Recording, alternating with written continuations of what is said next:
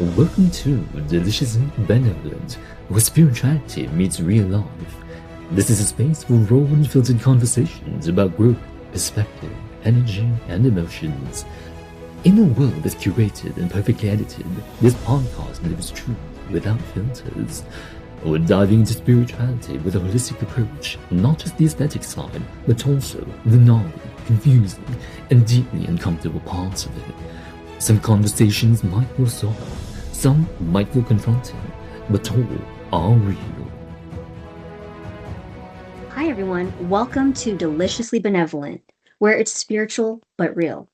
I'm your host, Angela Kim, a paradigm shift advisor at Illuminous Core with a master's level education in clinical mental health counseling.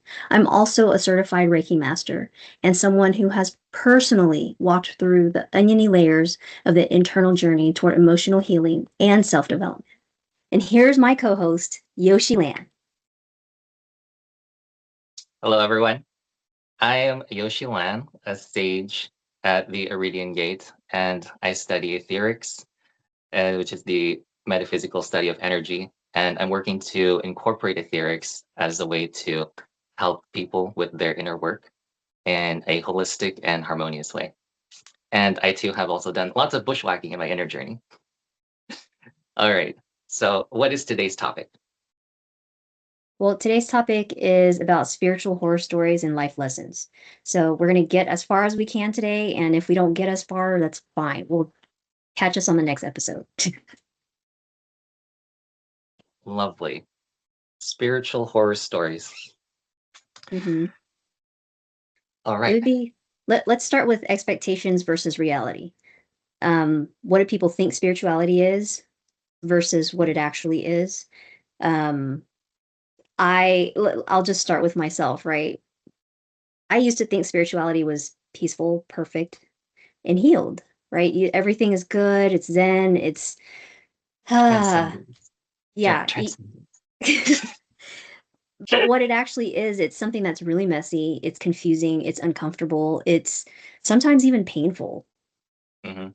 which a lot of people are like, no, if it's painful, then you're doing it wrong. Well, not wrong, but not harmoniously either. Then there's also the other camp. Oh, the wounded healer camp. If it hurts, you're doing great. Keep on going. That is true. That's like the extreme opposite, right? Yeah, the extreme opposite. Yep. And Yeah. one of the things that I also associate with like spirituality is like the double rainbow, sunshine and double rainbows tribe. Like that's like what I associate with spiritual people is like they need two rainbows because one isn't enough. Like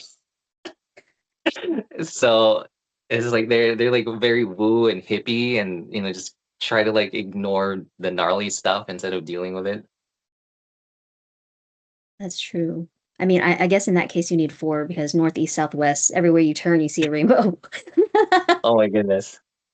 Right? So, but yeah, the healed, the that's more of like the toxic positivity that we're talking about, right? Because it's you Yeah, have yeah. to have double rainbows, you have to see everything as positive, but how do you actually embrace your spirituality or your spirit if you're just looking at one aspect, because the human experience is really all of the emotions, the full range, the full rainbow of Mhm. emotions. So if you're Yeah. negating one, then you're not really embracing spirituality, your spirit, your soul. Mm.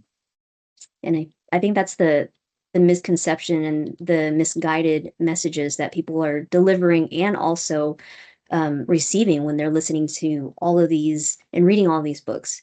It's really based on the perception that we're in at that moment. So very much Yeah, so. and then on top of that, there's also that other side that likes to focus on the transcendent aspect. It's like you're ascending from your body, like you're trapped in your body, and no, no, you're not trapped in your body. It's amazing like how much perspective can skew reality because like that's how reality works. It's whatever perspective you're using to look at it is how it will behave. Yeah. the perception. I mean, even people who are very spiritually gifted, right?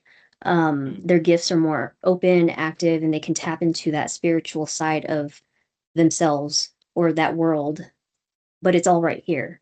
However, they see images and messages based on their current perception. So if they have like a perception that is untrustworthy, then their message is going to come from an untrustworthy lens. So that's where the horror story, I would say the horror with spirituality is that I used to think spirituality was all of the, what is it? The, oh my gosh, I'm having a brain fart. It's the, what is it? The tarot readers, the psychics, Yeah, and the you know, lingo. yeah, basically I used to think that they are the spiritual people. Mm. Anything and everything else, I was just like, oh no, that's not spiritual. I'm not spiritual. What are you talking about? I think you're Mm. more spiritual than me. But Yeah, spirituality is more of, what is it, a practice, to just, the word you use, Yoshi, is harmonious, right? Harmonious energy. It's being mhm, harmonious with every aspect of our life. And that means integrating the spiritual, the soul into every aspect of our life, meaning even how we right. conversate, our communication. Yes, and that's why I feel that the spiritual but real part, the tagline for the podcast is really appropriate because like what does it mean to be real? Like it means it's grounded in reality, it's integrated. We're not just talking about spirituality in this woo space where it's the only thing you focus on. Yeah. And that's like getting into like hippie territory. That's why spirituality nowadays has a kind of dirty kind of lens or kind of connotation Yeah. or assumption. It's like, oh, it means like you don't take care of yourself. It means you're poor. It means you're, like all of these different things that the hippies kind of propagated. But in a way, they also kind of got it more correct than the new age people today. How so? Because they weren't like with the new age people, they're very focused on just the spiritual side of things, but the hippies were very experiential, so they were more holistic. So like it's certain things about like their philosophy that was off, but the way they practiced it was more holistic than the people today. But the people today use the word holistic more, which is ironic. Well, isn't that how everything usually is? It's like far left, then far right, and then we finally get to the median, and it's like the same with everything in this reality, or even in the medical field, right? They go far left, far right, and then it's like, The oh no, medical that's not field. the right thing. We got to find a median, and so I think Hmm. that's where we're at right now. Is that we went from the 70s, super hippie, dreadlocks, dirty hair, not showering, that kind of stuff, and being one with the Yeah, earth, to being now, one with the earth, having sex in public, yeah, all the yeah. wild stuff. But now what is it more like? It's more like we're waiting for, what was the word that we said? Um, um, um,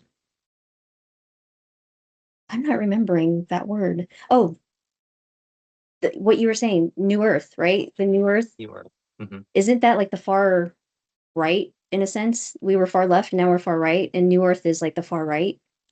I'm not really sure where New Earth is in terms of the spectrum or wherever it is. Like I mean, that reminds me of Lord of the they're a really Rings. weird group of people. Lord of the Rings. People watching Lord of the Rings too much and they're wanting New Earth to happen. Yeah. My question is, what happens with the old Earth? Well, Where the does that go? the old Earth doesn't exist. Remember, it's far left and far right. So Like I understand New Age. Like you can transition from one age to the other, but how do you transition from old Earth to New Earth? it's all right here, right now. Yeah. The old, the new, past, present, future. Hmm. Hmm. It's just integrating and seeing that everything is right here, right now, literally. And I think that's the sad part, and the horror of it is, and I believe we touched base on this before too, is that um, people who are these psychics and readers, and I'm not like putting them down. It's just based on where each person's perception is, and most of the time I have seen time and time again is that these readers are giving very much future based predictions, and that can skew people's trajectory as well. And because I will be honest, I was one of those people who were gullible to, hey, psychic reader, can you, give me a reading? And they're like, what do you want? I don't know, whatever. And so they go to future, right? And when they go to future, Yeah. I'm like, well, when is this going to happen? Is this happening? Mm, So there was like a certain expectation to it that I mhm. had held on to instead of surrendering to that reading and just letting it be. Right? There's me holding on to it and just waiting for it to happen. But it didn't happen the way I expected it to. It happened in Yeah. very weird, crazy ways, but it happened not in the timeline that I was expecting either. So Mhm. I would say like that is very much the my understand, like my experience of the horror stories because it's misguided advice. Right. And then it's Yeah. also a lot of times it's spiritual bypassing. It's you're not Yeah. really practicing, you're not really being spiritual at all. And I think that's part of what is missing in today's world is that spirit is very much, I mean, your soul is your spirit. Your spirit is your soul. And it's to we're meant to experience life, right? But we're not. So that's that to me is the horror because we end up trusting the wrong people. And then we keep looking for that same person who can give us that future prediction. Yeah, that is one of the issues with the way like the community is set up right now. It's like you end up leaning on them like a guru, and you don't ever really develop your own senses, your own intuition, your own wisdom. You're just taking it, and then you start regurgitating all of these things that you picked up from them, and with the false sense of understanding it. Hmm. So when I really took a look at what all of these people were saying, I was like, I don't really understand how this has anything to do with what they're talking about. And then I realized like these people actually don't know what they're talking about. And most of them got it from from other people who also probably don't know what they're talking about. So we have this new age woo that's going on where there's a whole bunch of people that don't really know what they're doing and what they're talking about. And then on top of that, when they give advice, it's filtered through the old lens, the old ways. And so it might not be bad advice, but it's not given in a harmonious lens. It's like it comes out more turbulent. Well, how would people know that they're not harmonious and that they're turbulent? It's very telling in the words that they use because the words they use will be heavy. They will phrase things more negatively as opposed to Very. using positive words, which are So, what are softer. examples of those? You know, Like the moment they start talking about like spiritual warfare terms, you already know they're looking in the old lens. The moment they start talking about protection and all of this stuff, and sending the those are energy all old back, ways. Yeah. right? Sending the energy back to where it belongs Hmm. by 3. Like, are you cursing the person or something? Like Yeah. that's Yeah. okay. So those are the signs that would say that okay, it's from an ungrounded, very turbulent, Hmm. okay, perspective. Um, would it all include like what was the word? I was thinking, why am I having such a brain fart today? It's the what is it called? Like extreme words or just I'll just say the words always. You always Like, yeah, have, like always, never, very strong words like that. very trapping, like the words are that it traps you in that Hmm. thought process or state of being or Yeah. energy or emotion. And it's yeah, anything like that I would say is can be tall tale sign of someone who is not as harmonious. And Yes. And they also use very, um, what's that word for it? Like they use the word need and have to, it's like so obligatory limiting language. limiting It's language. yeah, it's like this is the only path. And then they'll it's like 5 minutes later they'll be like, oh, but it's your choice, and there's different ways to do this, and all of that stuff. It's like, but the way you're speaking is like your way's the only way. And if you do anything different, it's gonna be a disaster. That's what it sounds like. Yeah. Well, Almost they like they don't backtrack. really The listen to backtracking. what they're saying. Yeah, the backtracking, I would say that's like they'll say one thing and then they'll say, "Well, no, it's your choice." Yes, it's your choice, but then you also get to also listen to your Yeah. intuition. How do you feel? What is your body, what kind of gut instinct is going on when these things are being said to us? And I think that's the horror in it, is that a lot of people just blindly follow, and it's like, oh, whatever you say is always, see, very always right. Oh yeah, I've heard from people on spiritual forums here and there. It's like, oh, the person I go to, they're never wrong, and I'm like, oh, I mean, they're wrong about this. Like they're talking about stuff that their uh, clairvoyant or reader, whoever, is saying, and I'm like, no, that's not correct. They're not entirely wrong either. Like they're correct in many aspects, but Mhm. for it to only be that way is incorrect. So I said, okay, yeah, well, in this case, they're like 95% correct, but they're still 5% wrong. So like I give leeway. I'm more specific when I answer people, as opposed to people who don't really know what's going on. It's either black or white, yes or no, and that's not how reality works. Yeah, that's very true. Very black and white. Hmm. Yeah, to be able to see between, and I used to say this too, is like, if you can learn how to see both black and white so that you can see the gray area, then that is being able to really, I guess, learn how to practice and Yeah. learn your own intuition, is to learn that, there's that gray area. Hmm. Um, because now you can That's the see, miraculous first step, yeah. because you can do so much when you work with a spectrum, as opposed to Hmm. just black and white. Yeah. The majority of individuals are very much black and white. It's all or Yeah. nothing. Yeah, and so it's like we don't even really talk about color or textures at that point because that's way beyond where they are. But it's like let's start with getting into gray scale first before we start adding color and textures and all that amazing stuff, that we see in reality. Yeah. And that's the crazy part, is healing is very much not unlinear. It is all over the place. But the thing is, Yeah, it's people all are over the place. expecting, yeah, well, I guess to a certain extent, they're expecting for it to be very linear, and that, Mhm. there's only point A to point B. No, it's like a winding road, and it goes up and Yeah. down, um, all over the place. But the thing is, Oh, it's, oh, go and ahead. speaking about spiritual horror stories, that reminds me about and like the healing aspect of it.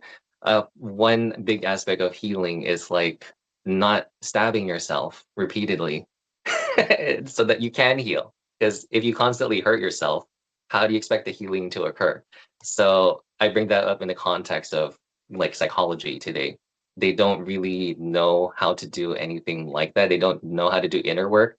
So they end up re-traumatizing the person. They relive these experiences, and that's like akin to scratching open the wound and letting it bleed again. But to what avail? Like it's never going to heal if you just keep doing it that way. That's not how healing works. Yeah. So is anyone at fault?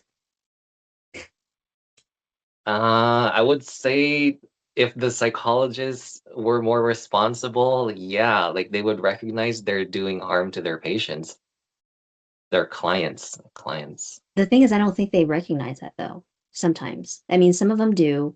Some of them, it's like there's no progress at all. It's just, okay, let me check in with you for Yeah. 15 minutes.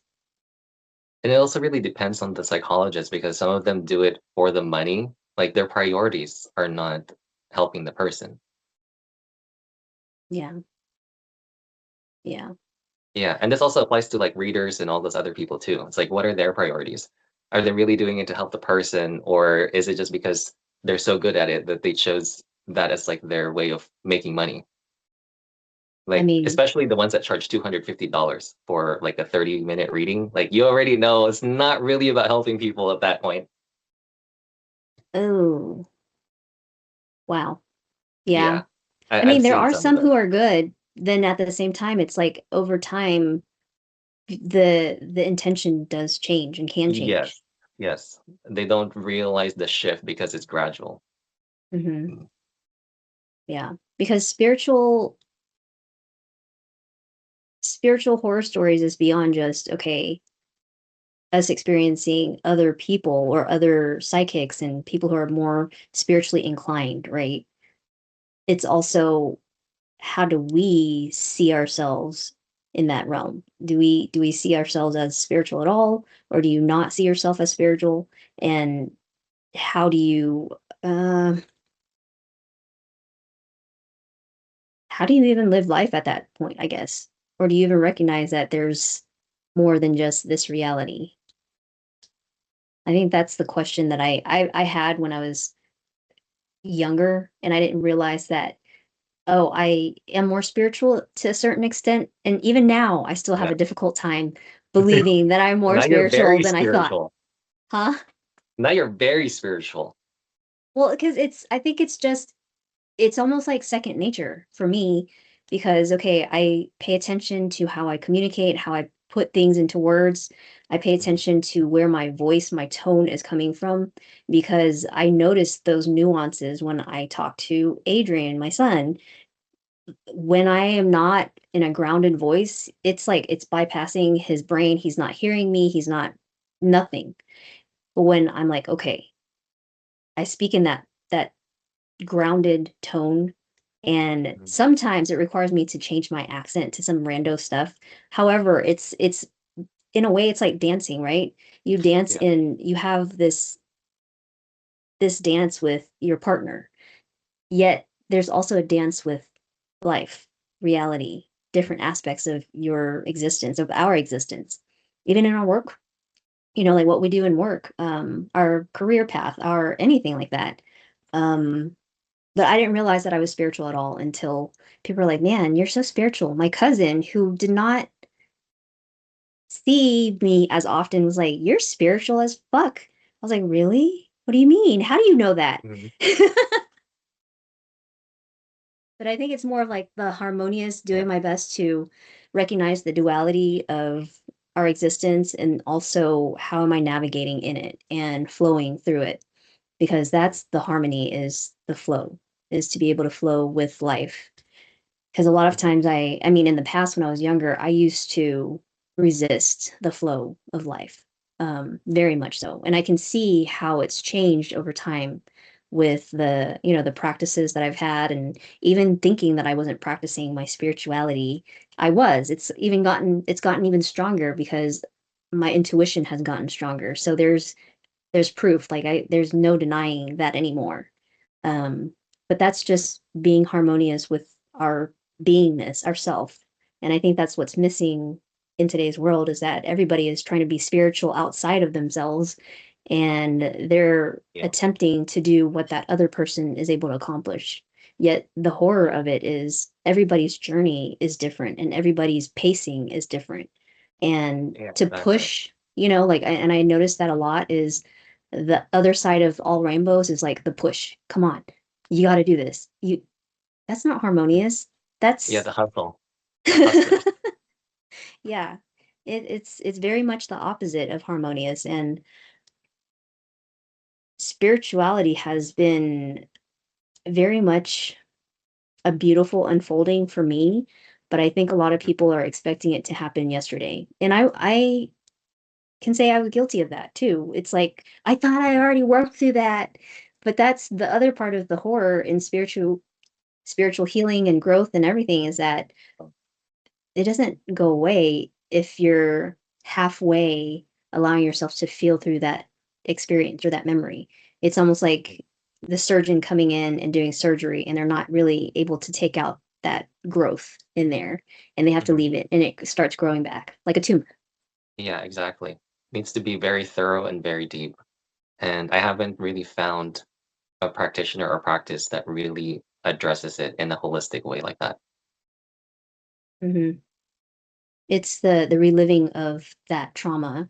And I think Mhm. a lot of times, even in my own practice, in my study, was hypnotherapy. Hypnotherapy is literally opening it up wide open Does it work for some people? Yes. Does it Yeah. do the opposite for others? Yes. Yeah. Yeah. For It, some people, it's too strong. yeah. hmm for sure. Because that could put people into that's going into psychology is that it's the it can trigger certain mental Mm. like psychosis or schizophrenia or right because that's even Yeah. spiritual too Yeah, that is is hmm absolutely all the mental conditions. hmm Hmm. yeah I didn't realize that was spiritual until I was like what's this Yeah, it's all affecting like how the energy flows within the brain and all that stuff. The neurochemicals, all of that. It's all affected by emotional and spiritual energy. yeah very much so Yeah. Another aspect of spiritual horror stories that I've noticed is people who avoid going into the spiritual path, discovering their spiritual side. The people who ignore that, they will start going through it when they go into the dark night of the soul, which basically is like the midlife crisis.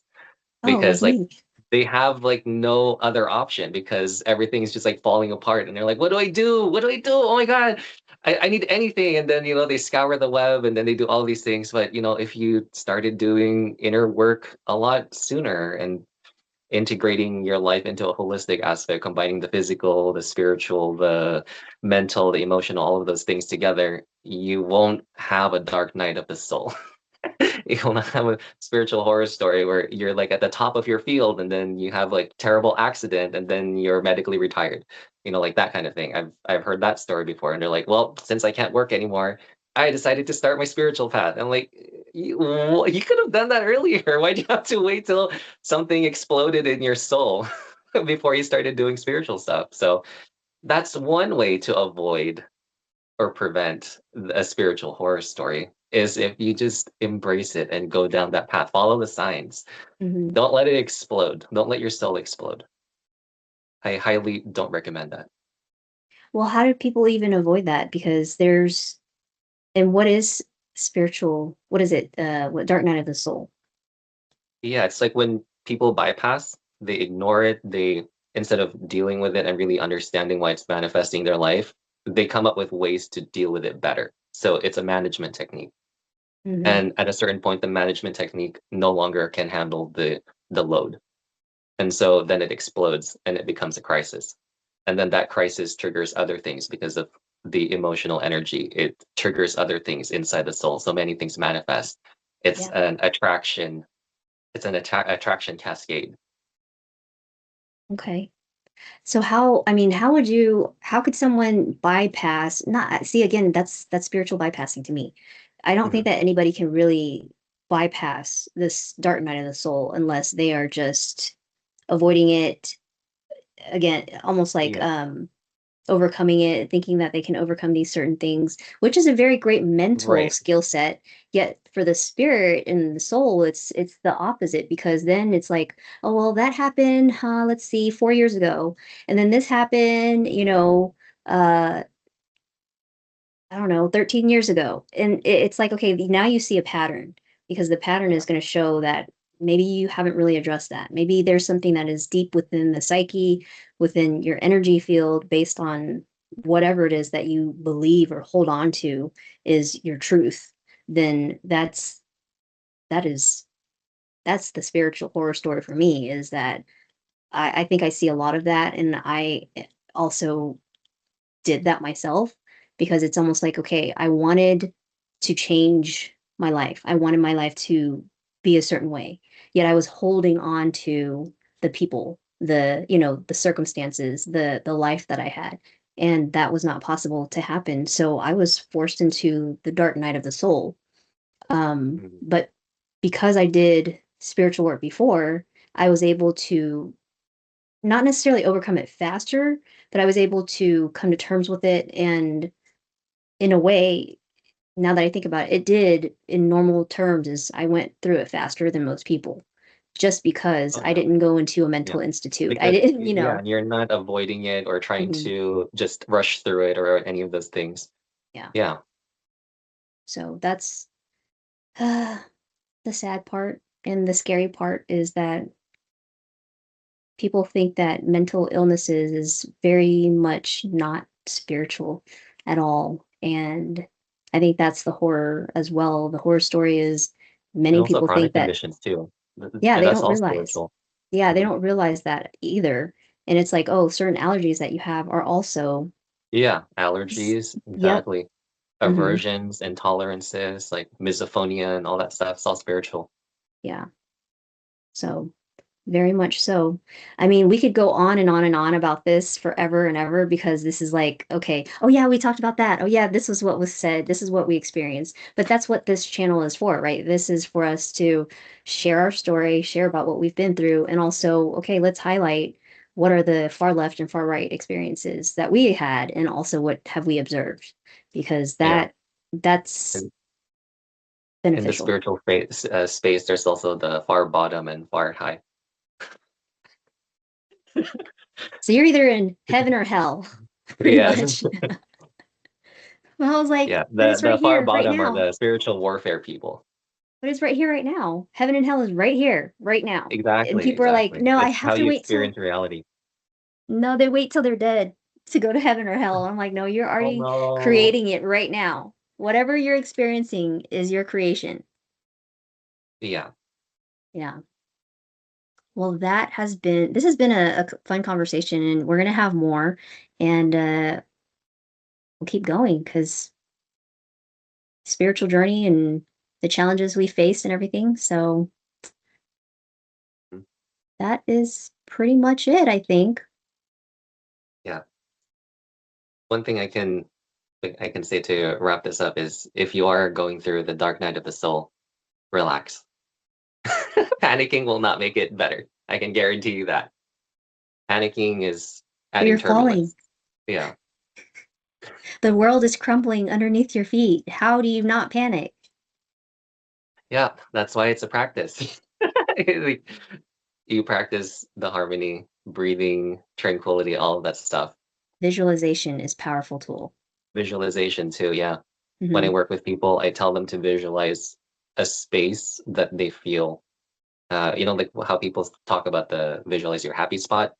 Hmm. I don't tell people to visualize a happy spot. I tell them to visualize a place that they feel tranquility and harmony. So for me, that's like a lagoon with palm trees and like soft waves, a light Hmm. breeze. That's what I used to visualize when I was practicing that. So that gets my energy to calm down and I can process things without feeling like I got hit by a truck. Yeah. Yeah. I think for me, that's what I did too. But the other thing that was helpful is it's touching. I'm here. Mm, And then reminding mhm. myself or asking myself, where am I? Oh, I'm right here. I am right here. Here, here, present. Yes. Yeah, yeah, Because exactly. it's, That's also one way to like get your mind out of it because mhm. if you're not grounded, you will experience it like it's happening, as opposed to you're here in the present and whatever you're going through just feels like it or reminds you of it. So then the intensity isn't as strong. Very much hand in hand with psychology. But until next time, Yeah. Until next time. thank you for watching Maliciously Benevolent. I mean, Deliciously Benevolent. That was the old name. That's a previous podcast of a time Yeah, it was bygone. malicious, but now it's delicious. Yeah. We like things delicious here. Yes.